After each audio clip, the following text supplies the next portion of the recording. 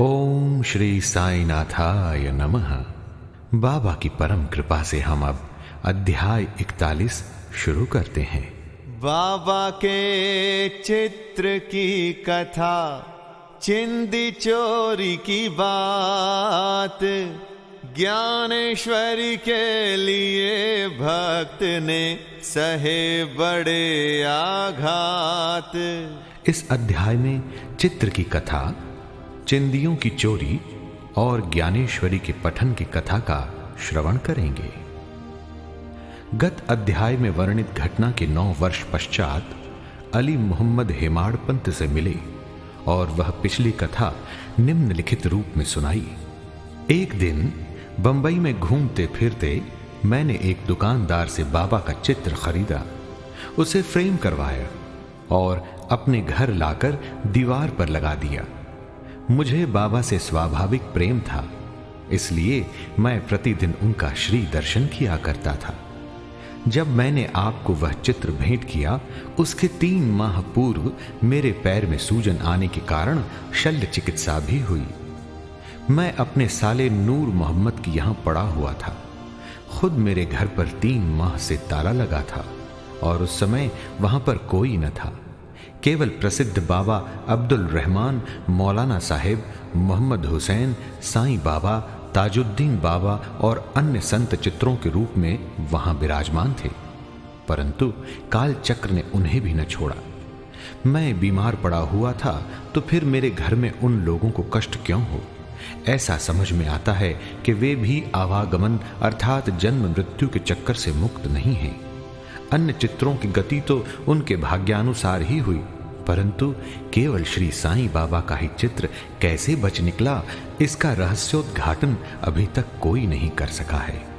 इससे श्री साईं बाबा की सर्वव्यापकता और उनकी असीम शक्ति का पता चलता है। कुछ वर्ष पूर्व मुझे मोहम्मद हुसैन थारिया टोपण से संत बाबा अब्दुल रहमान का चित्र प्राप्त हुआ था, जिसे मैंने अपने साले नूर मोहम्मद पीर भाई को दे दिया, जो गत 8 वर्षों से उसकी मेज पर पड़ा हुआ था। एक दिन उसकी दृष्टि इस चित्र पर पड़ी, तब उसने उसे फोटोग्राफर के पास ले जाकर उसकी बड़ी फोटो बनवाई और उसकी कॉपियां अपने कई रिश्तेदारों और मित्रों में वितरित की। उनमें से एक प्रति मुझे भी मिली थी, जिसे मैंने अपने घर की दीवार पर लगा रखा था। नूर मोहम्मद संत अब्दुल रहमान के शिष्य थे। जब संत अब्दुल रहमान साहिब का आम दरबार लगा हुआ था, तभी नूर मोहम्मद उन्हें उनकी वह फोटो भेंट करने हेतु उनके समक्ष उपस्थित हुए। फोटो को देखते ही वे अति क्रोधित हो नूर मोहम्मद को मारने दौड़े तथा उन्हें बाहर निकाल दिया। तब उन्हें बड़ा दुख और निराशा हुई।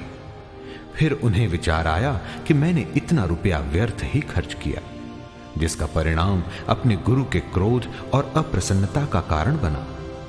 उनके गुरु मूर्ति पूजा के विरोधी थे, इसलिए वे हाथ में फोटो लेकर अपोलो बंदर पहुंचे और एक नाव किराए पर लेकर बीच समुद्र में वह फोटो विसर्जित कराए। नूर मोहम्मद ने अपने सब मित्रों और संबंधियों से भी प्रार्थना कर सब फोटो वापस बुला लिए। कुल 6 फोटो थे और एक मछुए के हाथ से बांद्रा के निकट समुद्र में विसर्जित करा दिए।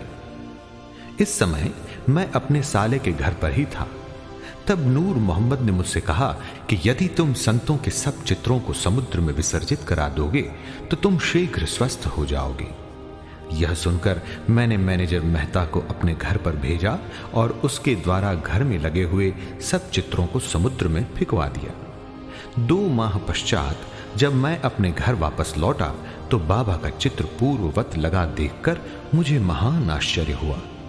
मैं समझ न सका कि मेहता ने अन्य सब चित्र तो निकालकर विसर्जित कर दिए, पर केवल यही चित्र कैसे बच गया। तब मैंने तुरंत ही उसे निकाल लिया और सोचने लगा कि कहीं मेरे साले की दृष्टि इस चित्र पर पड़ गई तो वह इसकी भी इतिश्री कर देगा। जब मैं ऐसा विचार कर ही रहा था कि इस चित्र को कौन अच्छी तरह संभाल कर रख सकेगा, तब स्वयं श्री साईं बाबा ने सुझाया कि मौलाना इस्मो मुजावर के पास जाकर उनसे परामर्श करो और उनकी इच्छा अनुसार ही कार्य करो। मैंने मौलाना साहिब से भेंट की और सब बातें उन्हें बतलाईं। कुछ देर विचार करने के पश्चात वे इस निर्णय पर पहुंचे कि इस चित्र को आपको अर्थात हेमाड़ पंथ को ही भेंट करना उचित है, क्योंकि केवल आप ही इसे उत्तम प्रकार से संभालने के लिए सर्वथा सत्य पात्र हैं। तब हम दोनों आपके घर आए और उपयुक्त समय पर ही यह चित्र आपको भेंट कर दिया। इस कथा से विदित होता है कि बाबा त्रिकाल ज्ञानी थे और कितनी कुशलता से समस्या हल कर भक्तों की इच्छाएं पूर्ण किया करते थे। निम्नलिखित कथा इस बात का प्रतीक है कि आध्यात्मिक जिज्ञासुओं पर बाबा किस प्रकार स्नेह रखते तथा किस प्रकार उनके कष्ट निवारण कर उन्हें सुख पहुंचाते थे। आइए अब हम एक और कथा जिसका शीर्षक है चिंदियों की चोरी और ज्ञानेश्वरी का पठन श्रवण करें।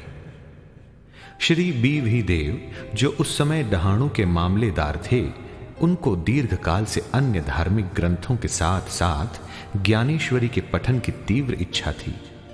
ज्ञानेश्वरी भगवद गीता पर श्री ज्ञानेश्वर महाराज द्वारा रचित मराठी टीका है। वे भगवद गीता के एक अध्याय का नित्य पाठ करते तथा थोड़ा बहुत अन्य ग्रंथों का भी अध्ययन करते थे, परंतु जब भी वे ज्ञानेश्वरी का पाठ प्रारंभ करते तो उनके साथ अनेक बाधाएं उपस्थित हो जाती, जिससे वे पाठ करने से सर्वथा वंचित रह जाया करते थे। 3 मास की छुट्टी लेकर वे शिरडी पधारे और तत्पश्चात वे अपने घर पौंड में विश्राम करने के लिए भी गए। अन्य ग्रंथ तो वे पढ़ा ही करते थे, परंतु जब ज्ञानेश्वरी का पाठ प्रारंभ करते तो नाना प्रकार के कलुषित विचार उन्हें इस प्रकार घेर लेते कि लाचार होकर उसका पठन स्थगित करना पड़ता था। बहुत प्रयत्न करने पर भी जब उनको केवल 2-4 ओवियां पढ़ना भी दुष्कर हो गया, तब उन्होंने ये निश्चय किया कि जब दयानिधि श्री साईं ही कृपा करके इस ग्रंथ के पठन की आज्ञा देंगे, तभी उसका श्री गणेश करूंगा। सन 1914 के फरवरी मास में वे सकुटुंब शिरडी पधारे। तभी श्री जोग ने उनसे पूछा कि क्या आप ज्ञानेश्वरी का नित्य पठन करते हैं? श्री देव ने उत्तर दिया, मेरी इच्छा तो बहुत है, परंतु मैं ऐसा करने में सफलता नहीं पा रहा हूं। अब तो जब बाबा की आज्ञा होगी तभी प्रारंभ करूंगा। श्री जोग ने सलाह दी कि ग्रंथ की एक प्रति खरीदकर बाबा को भेंट करो और जब वे अपने कर कमलों से स्पर्श कर उसे वापस लौटा दें, तब उसका पठन प्रारंभ कर देना। श्री देव ने कहा, मैं इस प्रणाली को श्रेयस्कर नहीं समझता, क्योंकि बाबा तो अंतर्यामी हैं और मेरे हृदय की इच्छा उनसे कैसे गुप्त रह सकती है? क्या वे स्पष्ट शब्दों में आज्ञा देकर मेरी मनोकामना पूर्ण नहीं करेंगे? श्री देव ने जाकर बाबा के दर्शन किए और 1 रुपया दक्षिणा भेंट की। तब बाबा ने उनसे 20 रुपए दक्षिणा मांगी, जो उन्होंने सहर्ष दे दी। रात्रि के समय श्री देव ने बालक राम से भेंट की और उनसे पूछा, आपने किस प्रकार बाबा की भक्ति तथा कृपा प्राप्त की है? बालक राम ने कहा, मैं दूसरे दिन आरती समाप्त होने के पश्चात आपको पूर्ण वृत्तांत सुनाऊंगा। दूसरे दिन जब देव साहब दर्शनार्थ मस्जिद में आए तो बाबा ने फिर 20 रुपए दक्षिणा मांगी, जो उन्होंने सहर्ष भेंट कर दी। मस्जिद में भीड़ अधिक होने के कारण वे एक और एकांत में जाकर बैठ गए। बाबा ने उन्हें बुलाकर अपने समीप बिठा लिया। आरती समाप्त होने के पश्चात जब सब लोग अपने घर लौट गए, तब श्री देव ने बालक राम से भेंट कर उनसे उनका पूर्व इतिहास जानने की जिज्ञासा प्रकट की तथा बाबा द्वारा प्राप्त उपदेश और ध्यान आदि के संबंध में पूछताछ की। बालक राम इन सब बातों का उत्तर देने ही वाले थे कि इतने में चंद्रू कोढ़ी ने आकर कहा, श्री देव को बाबा ने याद किया है। जब देव बाबा के पास पहुंचे तो उन्होंने प्रश्न किया कि वे किससे और क्या बातचीत कर रहे थे। श्री देव ने उत्तर दिया कि वे बालक राम से उनकी कीर्ति का गुणगान श्रवण कर रहे थे।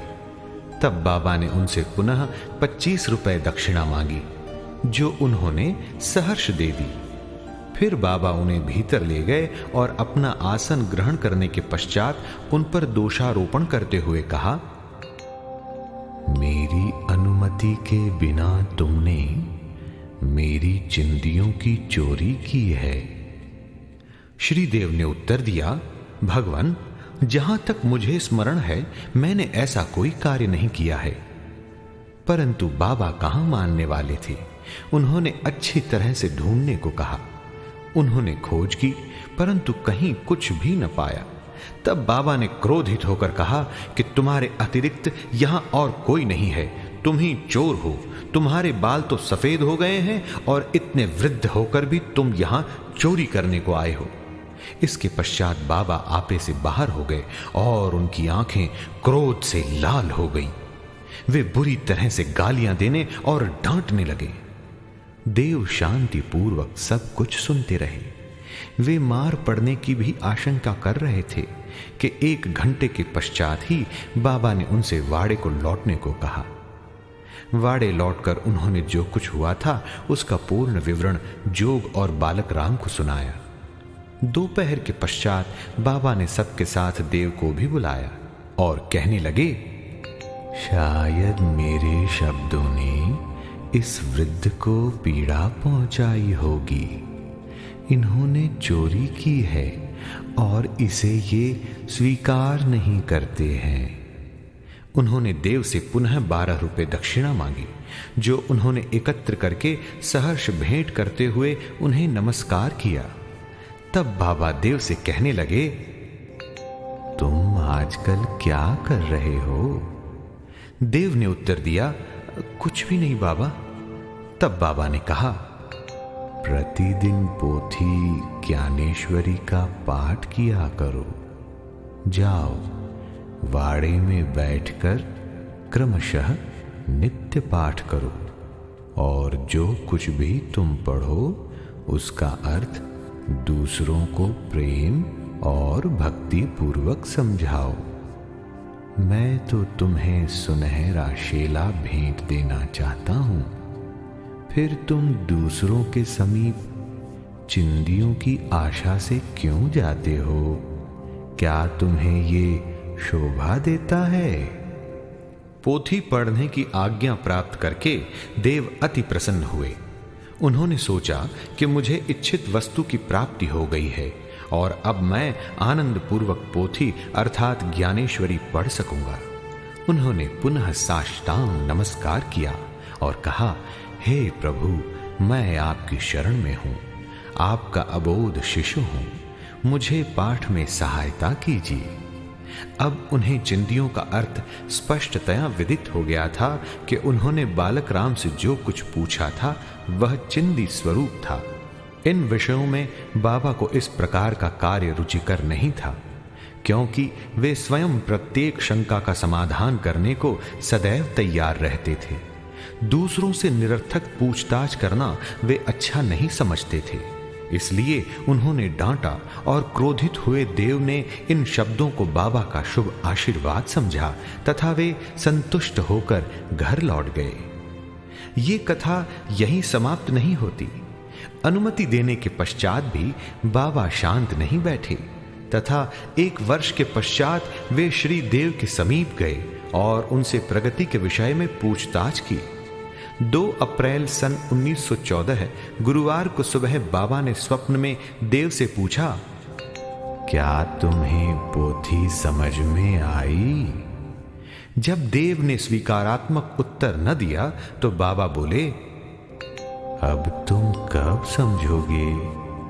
देव की आंखों से टप टप करके अश्रुपात होने लगा और वे रोते हुए बोले, मैं निश्चय पूर्वक कह रहा हूं, हे भगवान, जब तक आपकी कृपा रूपी मेघ वृष्टि नहीं होती तब तक उसका अर्थ समझना मेरे लिए संभव नहीं है और यह पठन तो भार स्वरूप ही है।